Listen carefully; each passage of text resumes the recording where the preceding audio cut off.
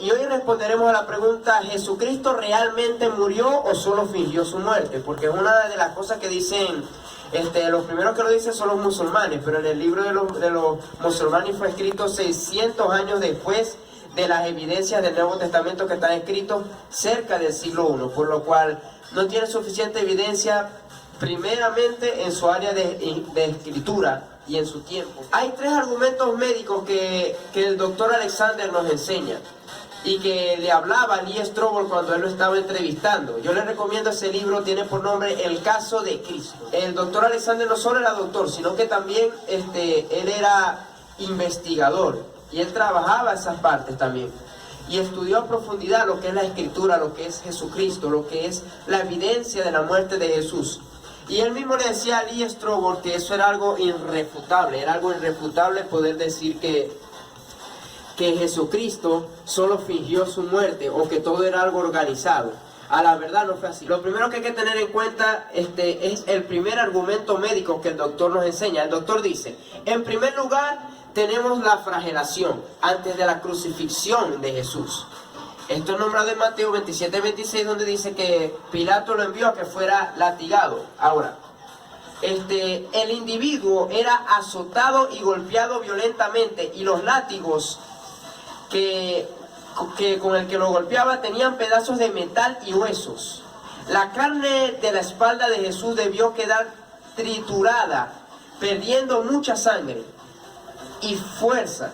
Por esto le ayudó Simón de Cirene. Esto lo nota con más claridad el escritor Lucas, el médico. Él lo aclara con más firmeza en Lucas 23, en donde dice que él levantó la cruz y empezó a caminar con Jesús, porque fueron ellos los que la llevaron en ese momento, por lo cual nos da una interpretación de que Jesús estaba golpeado fuertemente y que había perdido mucha sangre. Nos da esa explicación clara. Argumento médico número 2 que tenemos que tomar en cuenta es que él dice esto. El doctor dice, en segundo lugar tenemos a Jesús clavado en las manos y en los pies.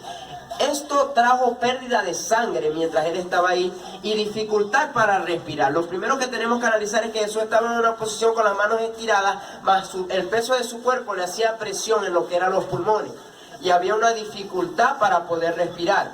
Jesús tenía que impulsarse hacia arriba, o sea, con la fuerza que tenía donde estaba clavado, él tenía que impulsar con fuerza de sus brazos, ¿verdad? Y tenía que levantar con fuerza sus pies, maltratándose para poder respirar una y otra vez. Él tenía que subir hacia arriba para poder respirar y volver a bajar y volver a intentar hasta que por su cansancio muriera.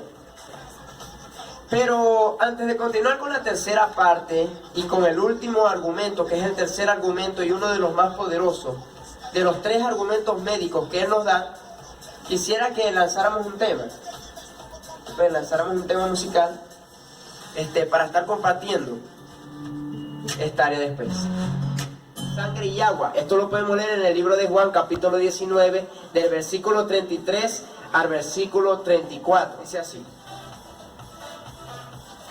Leo la palabra. El verso 33 dice, mas cuando llegaron a Jesús, como le vieron ya muerto, ve, por claridad, la misma Biblia lo dice, y los médicos lo afirman de que él estaba muerto antes de la lanza en su costado. ¿Ven? Entonces, cuando ellos hacen este acto y se lo van a aclarar, dice la Biblia, mira lo que pasó, dice, pero uno de los soldados le abrió el costado con una lanza y al instante salió sangre y agua. Los médicos le llaman a esto derramamiento pericárdico por causa de asfixia. ¿Qué pasa? Que por causa de la asfixia se acumula esa presión del agua, ¿verdad? Y al entrar la lanza entró a una medida del cálculo que hasta pudo penetrar los pulmones. Cuando penetra los pulmones sale esta presión de agua que ocurrió por causa de muerte de asfixia. Cuando Cristo muere primero, se acumula toda esa agua en el interior de sus pulmones y cuando Él traspasa todo, incluyendo partes internas, ¿verdad? Esto causa de que Él bote tanto la sangre como ser humano que la botó, ¿verdad?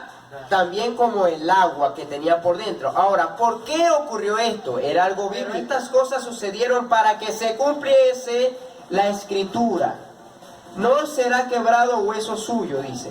Y también otra escritura dice, mirarán al que traspasaron. ¿Ve? Esto eran palabras proféticas de Zacarías.